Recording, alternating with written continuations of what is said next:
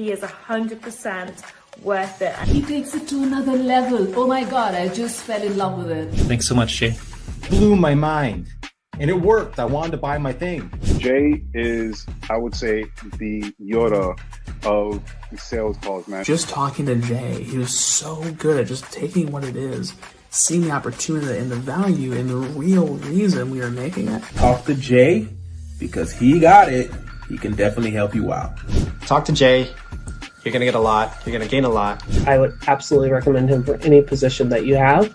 Jay's definitely the guy. Give him the chance, give him the opportunity. You won't regret it. He's good at what he does, so I highly recommend him, and I would book him before he is fully booked out.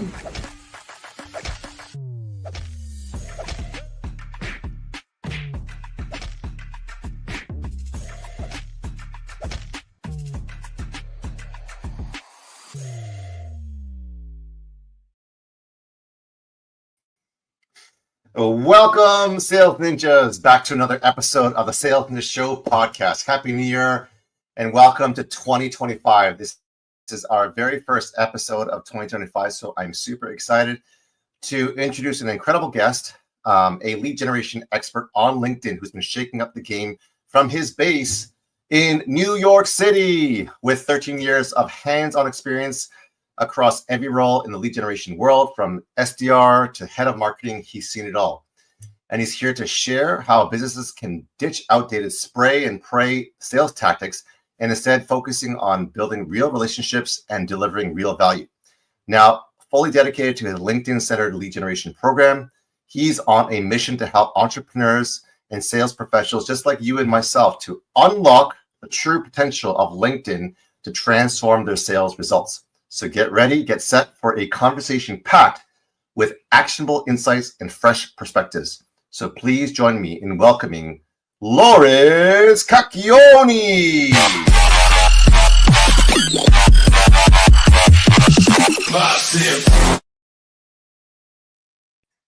Welcome, Lawrence, to the Sales Ninja Show podcast. How you doing, brother?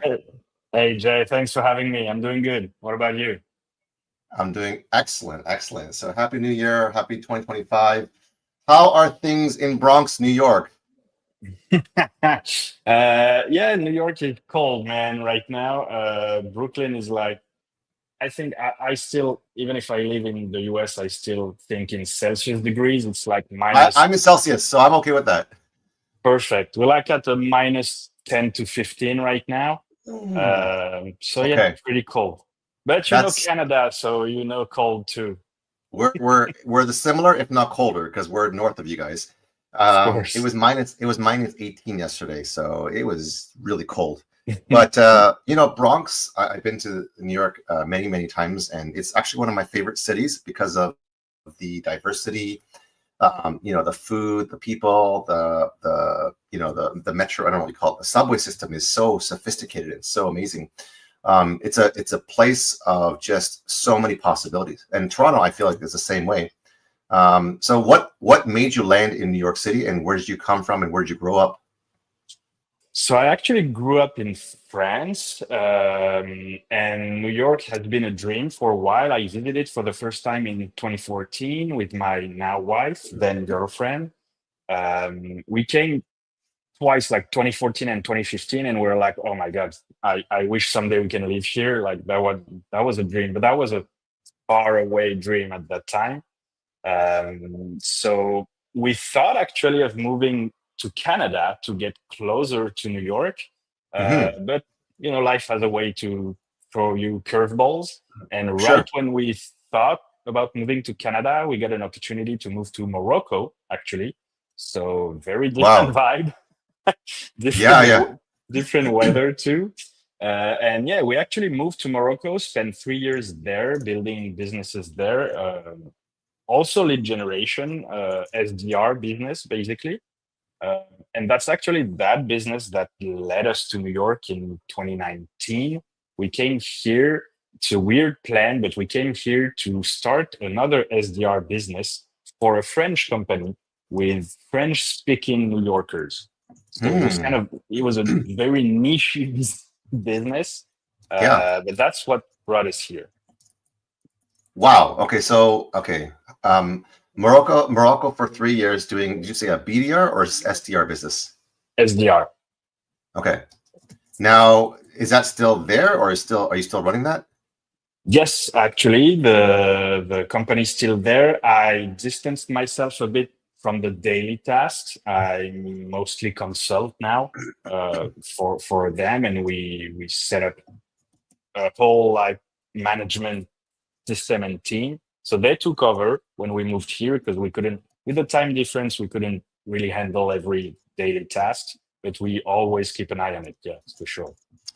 Okay, so I just want to back up a little bit because for our audience who is listening either to the live or to the podcast replay, some people may not understand some of the vernacular that you and I are using. I mean, we know it because we've been in the setter and closer space. SDR, BDR, what does that mean?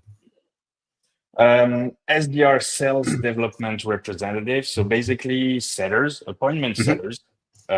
So we actually hired people that were doing cold outreach and offer appointment with our sales team. It was for real estate investment purposes at that time.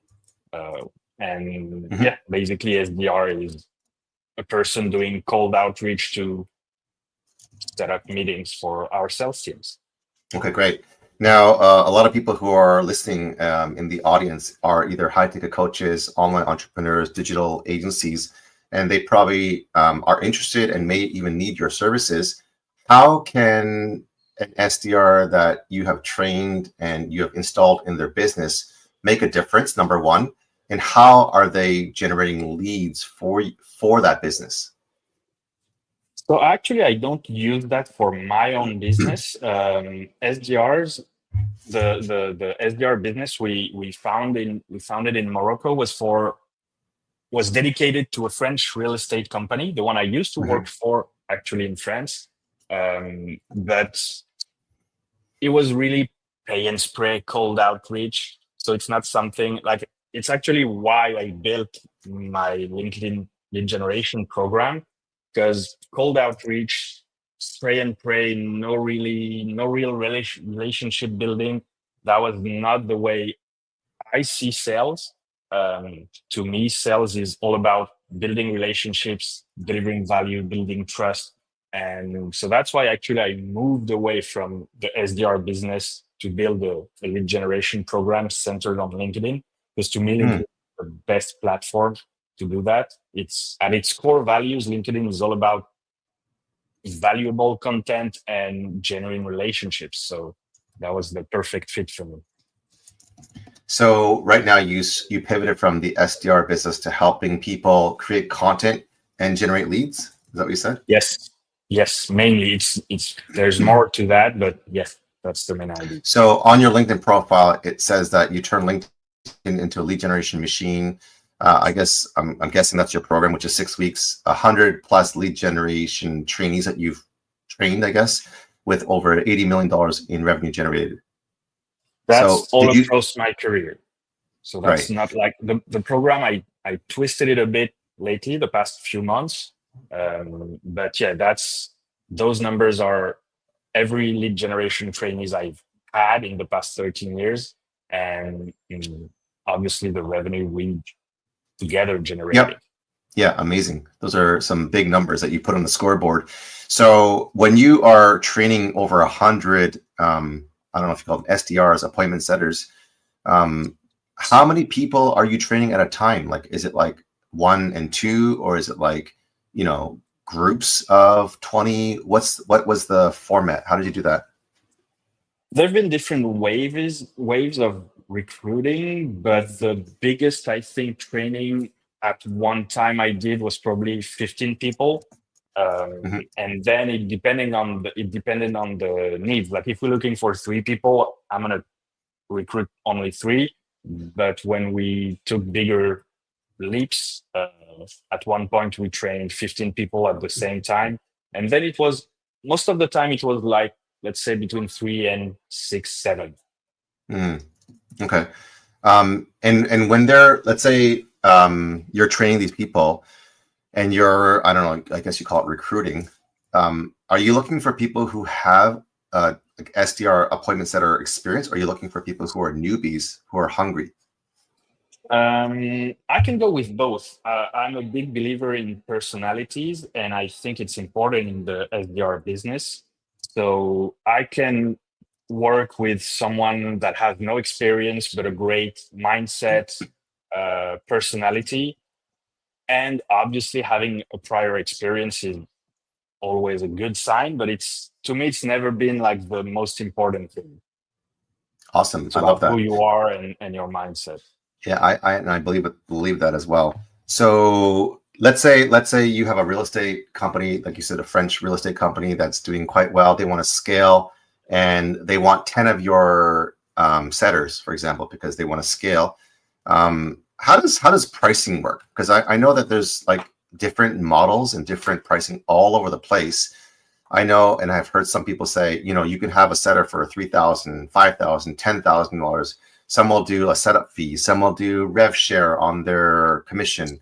How do people usually structure setter agency pricing?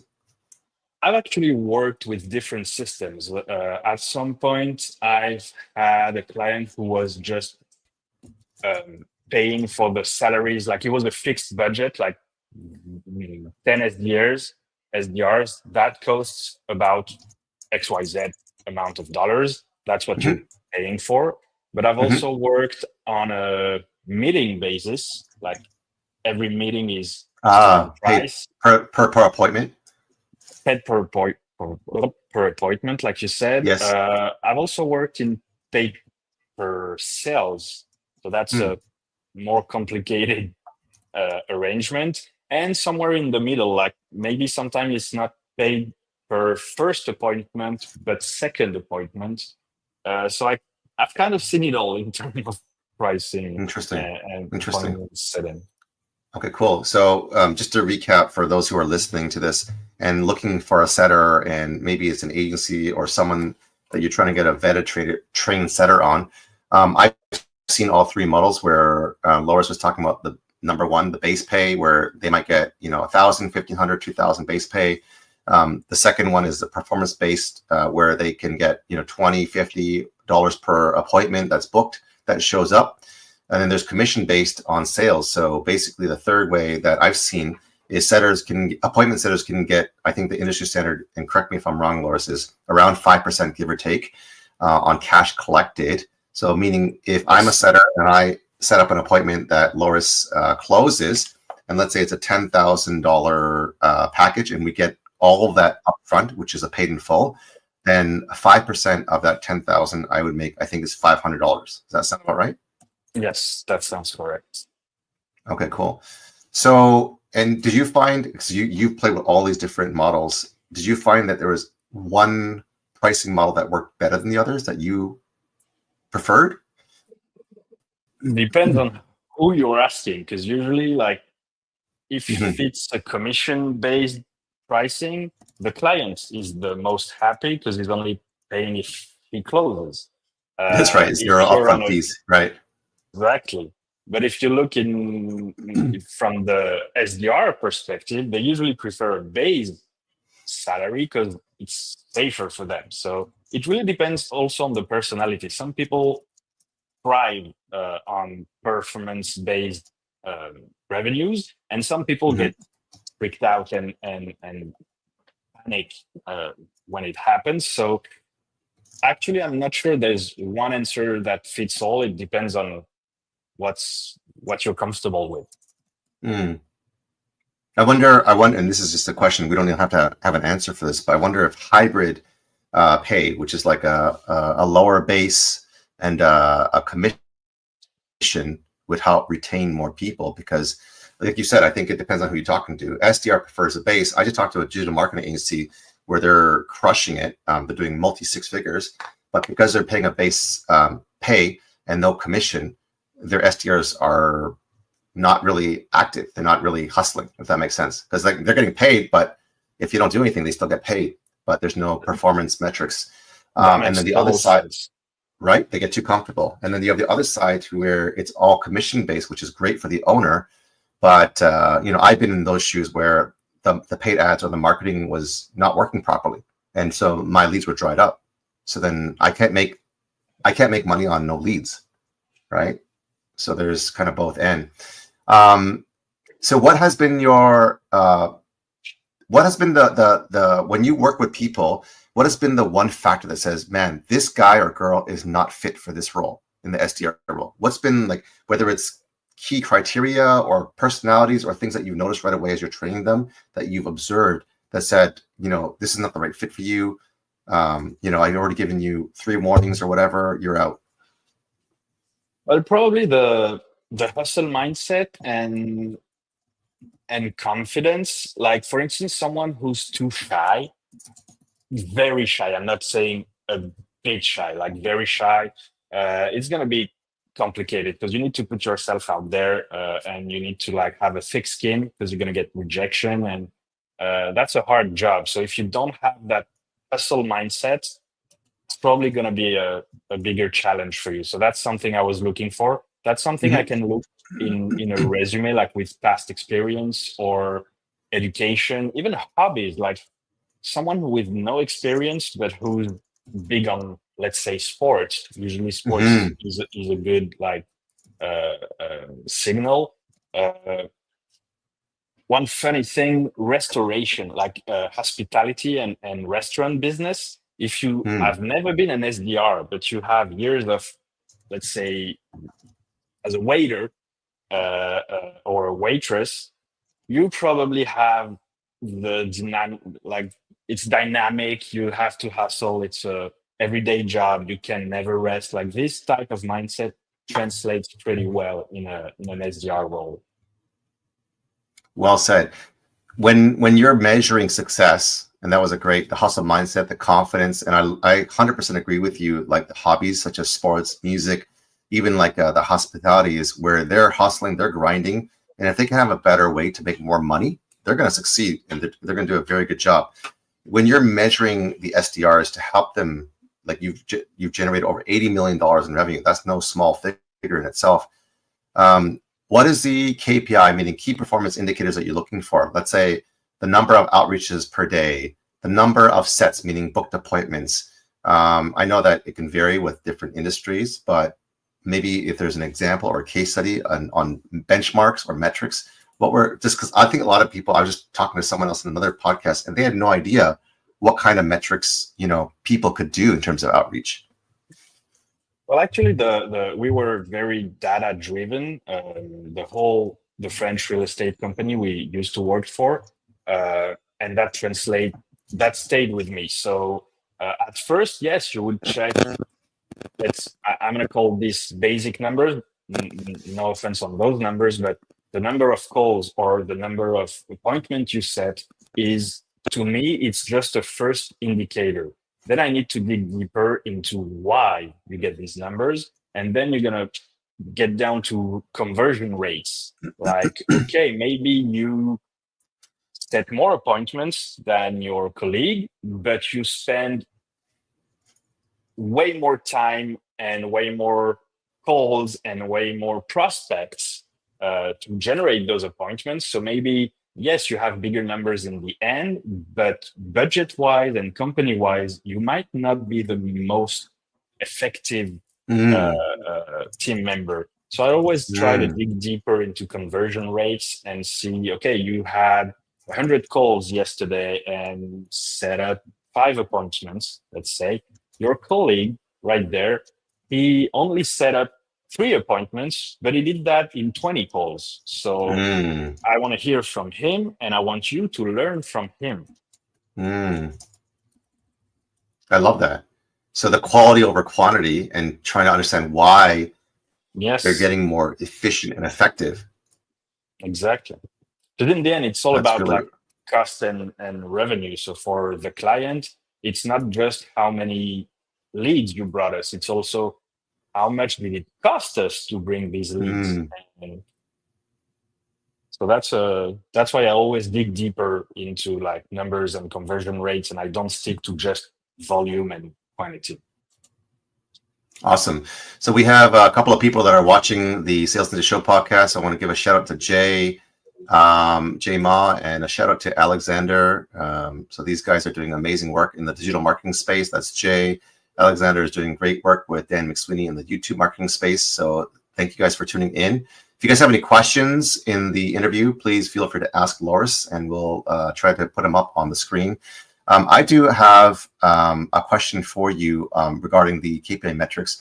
Do you have a case study where you can show, because I mean, $80 million and 100 people that you've trained, what is maybe a success story that you can break down? Like, you know, if a company went from 0 to million, they put in 2 or 3 setters, they had 1 closer.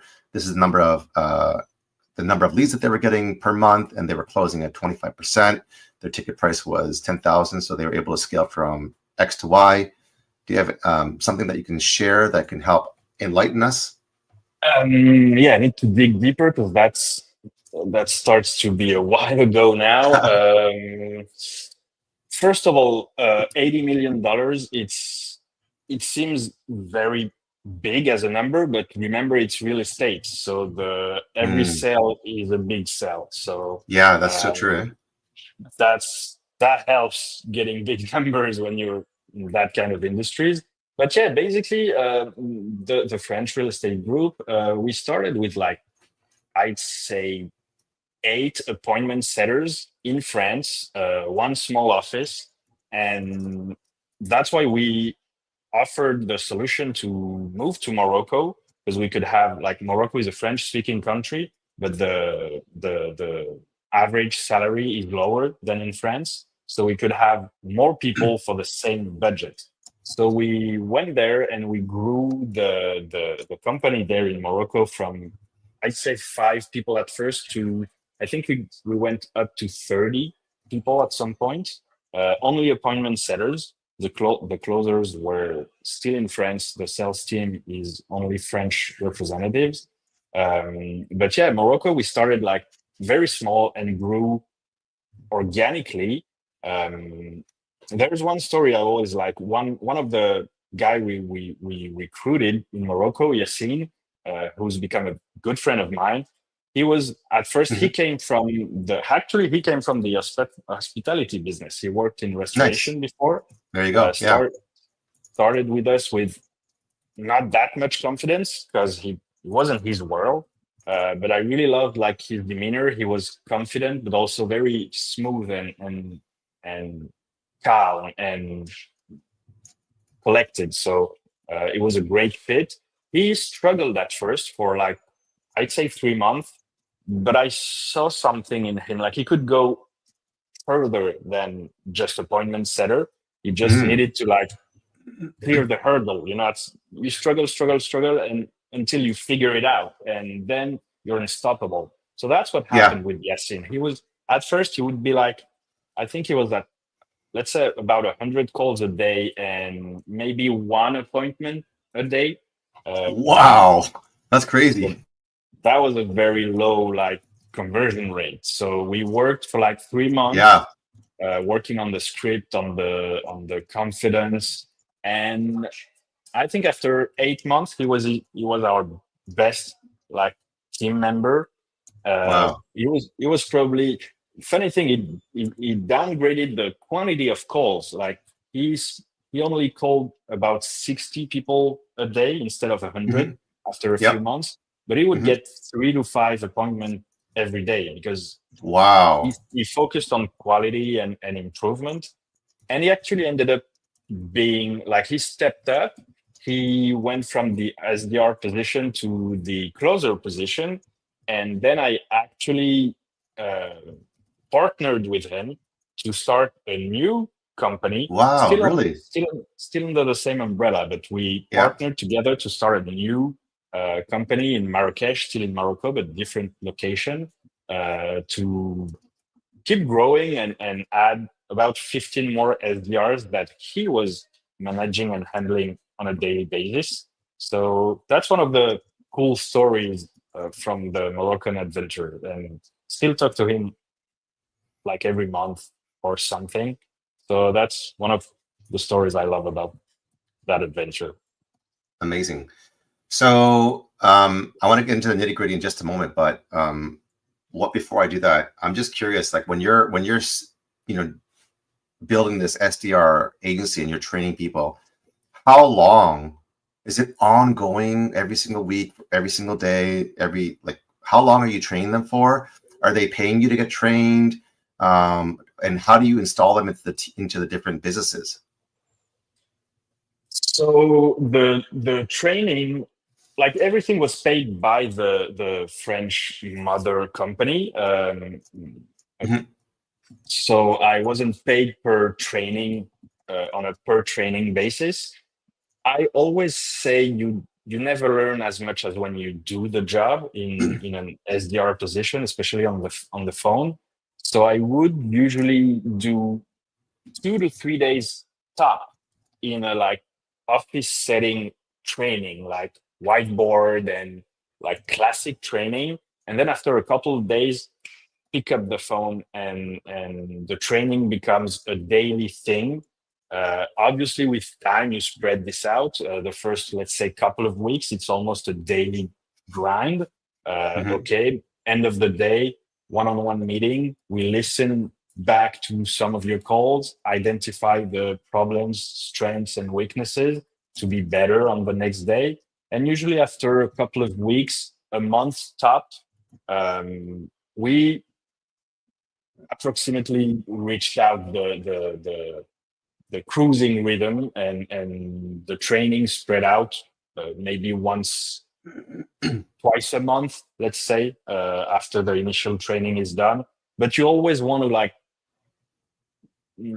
to me, it never stops because you can sleep, you can forget, you can take bad habits very quick on the phone. Skip a couple of sentences in your scripts or add a couple of sentences in your script, and you can sleep very quickly. So it's always good to get back to the training room and make sure everything is on point. Awesome. So now with your 6-week program, is it a live training or is it a digitized course that people can learn asynchronously? How do they do that? So the program is a one-on-one coaching program. It's fully remote. You don't need to move to New York so I can train you. And even if I highly recommend it. No, but more seriously, after all these years of SDR cold phone outreach, pay and spray, I was like, this is not how I want to do sales. Like, I want to do sales in a more human way, delivering more value, building relationships, something more fulfilling on a daily basis for me and my clients. So I built up that training in that exact purpose. So it's a 6 weeks program because to me, there are 6 big themes, let's say. I want to cover 6 big skills, let's say, that I want to cover. So at the end of the training, you're fully ready. You have everything you need to start a business on LinkedIn or grow your business on LinkedIn, whether it's obviously profile optimization, but also content creation, engagement, outreach, all the systems you need, because I'm a big believer in systems. I think to be consistent and efficient, you need good systems for your content, to track your lead. So I've built a Notion CRM, I've built a Notion content creation generator. I've built systems that I deliver to my clients too. So by the end of the coaching, they're fully equipped. They have my whole system, the whole course material, and it's all happening in one-on-one session. I don't leave them out in the wild. We go hand in hand for every step. Amazing. So I might be getting the vernacular wrong here, but in practical sales tips, because in the Sales News Show podcast, we always want to have a gold nugget. I mean, you've shared so many different things with your stories and, getting those reps in. Was there a way that you could share a sales tip or a lead gen tip that can actually help people get their next sale, get their next lead to sale? Was it a video? Was it a LinkedIn content strategy? What is one practical way that someone can listen to this and say, Loris, I've taken this action of the strategy that you've given me, and I've actually gotten a lead to book a call to generate a sale? So the one thing, if there was only one, it would be great. If there was only one, it would be start as many conversations as you can. There's no beating around the bush. You won't get sales if you don't talk to people. You won't get sales call even before thinking of closing. But basically, my idea is you want to sign clients, you need to book sales calls. You want to book sales calls, you got to start conversations and pivot to book a sales call.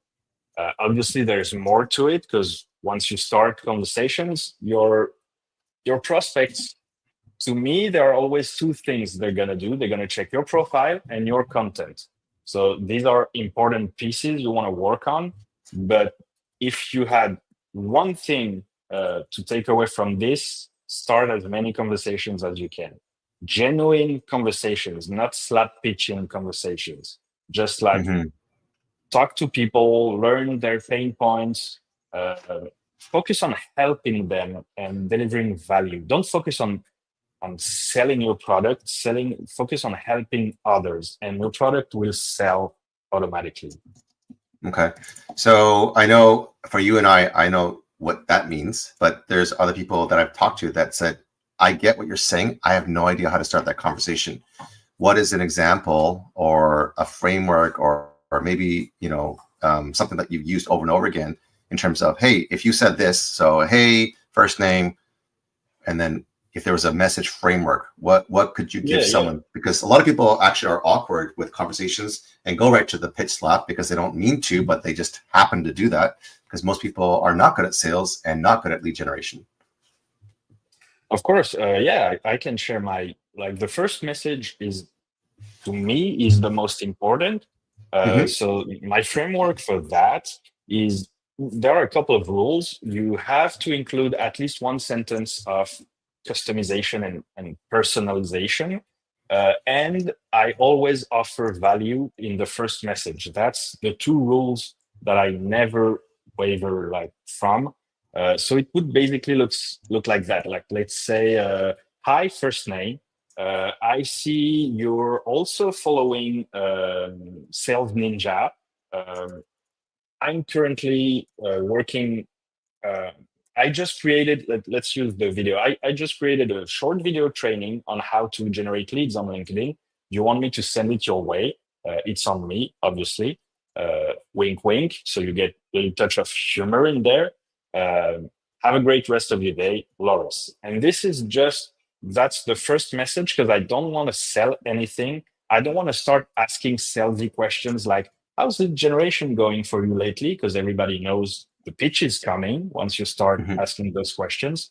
So it's basically an icebreaker with an item of personalization and something valuable you can offer.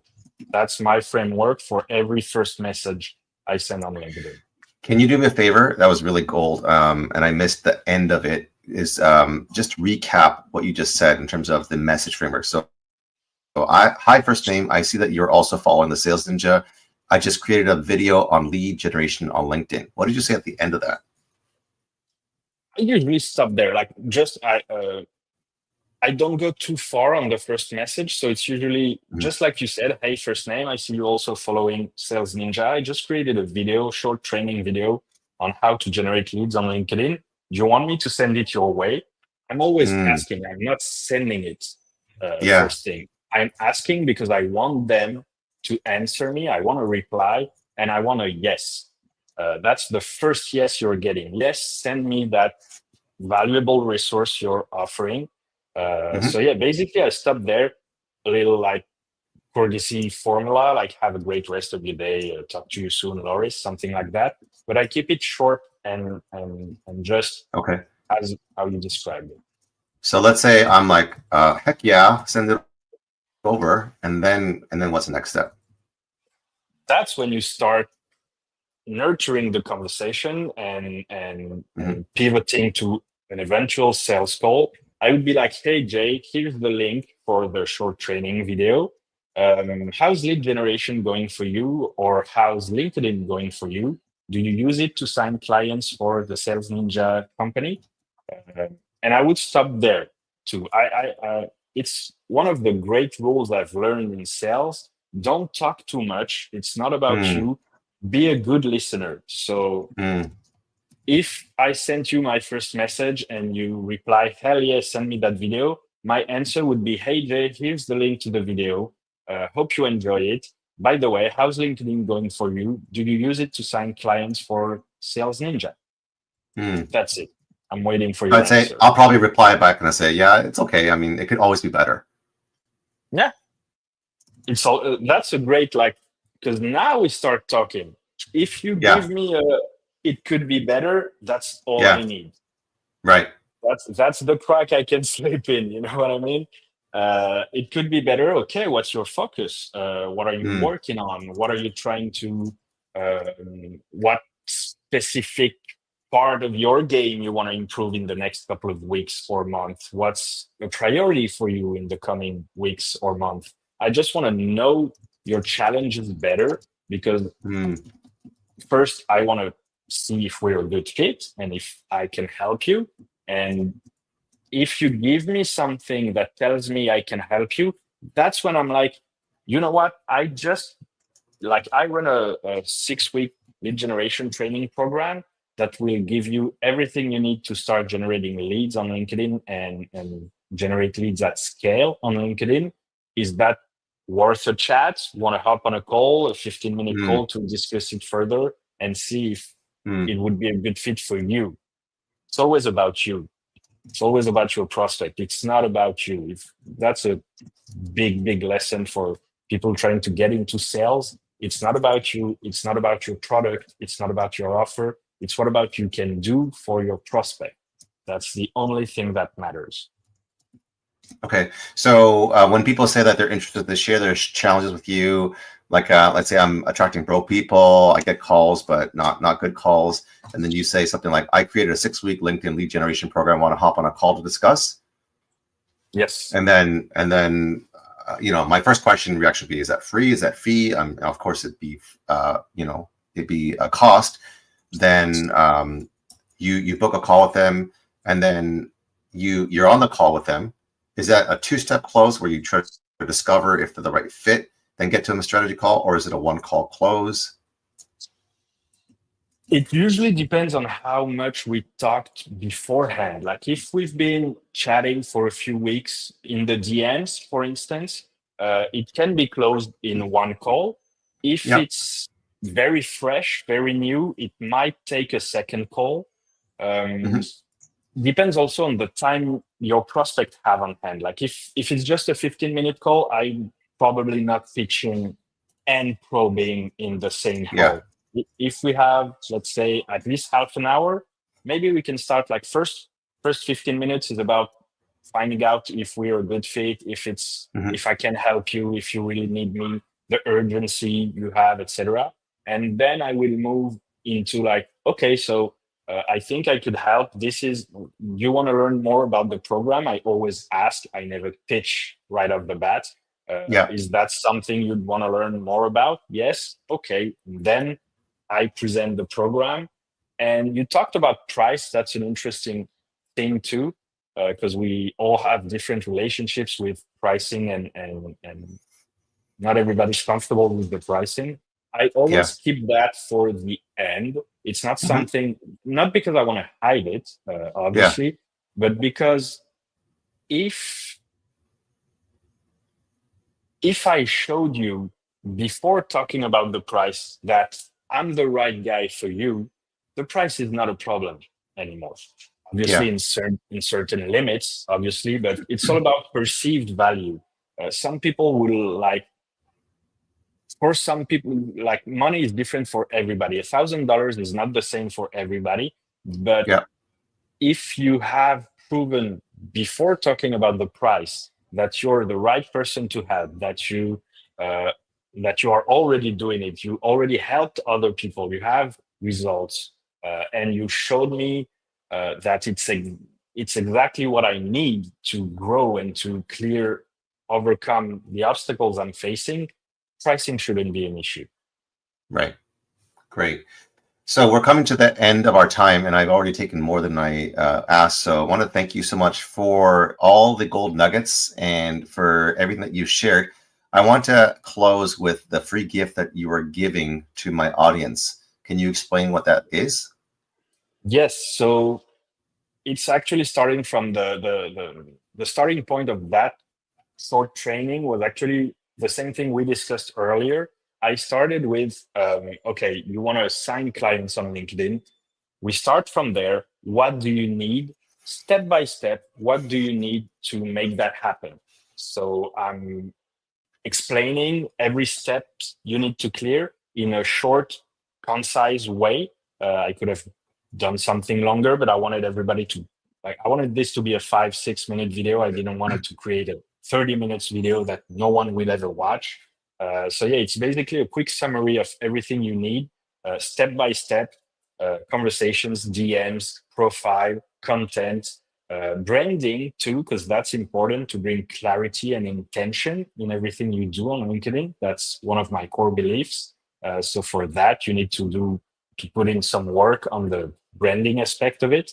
But yeah, it basically sums up every item you need in your LinkedIn like skills, let's say, LinkedIn Wow. bag, LinkedIn game to succeed. A power-packed lead gen video in 5 minutes. That's amazing. That was the goal, Loris, what a pleasure to meet a talented, trilingual, quadrilingual. I'm not sure how many languages you've got. I'm barely learning how to speak English here. And thank you for sharing the value-driven approach to LinkedIn lead generation success that has helped you to train over 100 SDRs, appointment setters, and generate over $80 million in revenue. So everyone, listen to what Loris is saying. It's all about building relationships. It's about raising that trust. It's about having those real conversations. So on behalf of everyone listening, thank you guys for tuning into the Sales Ninja Show. Again, Loris, thank you so much for your time. And our goal is to help you. You're very welcome. And our goal is to help you, everyone that's listening to this, is to sell more, to give more. Exactly. Thank you for having me.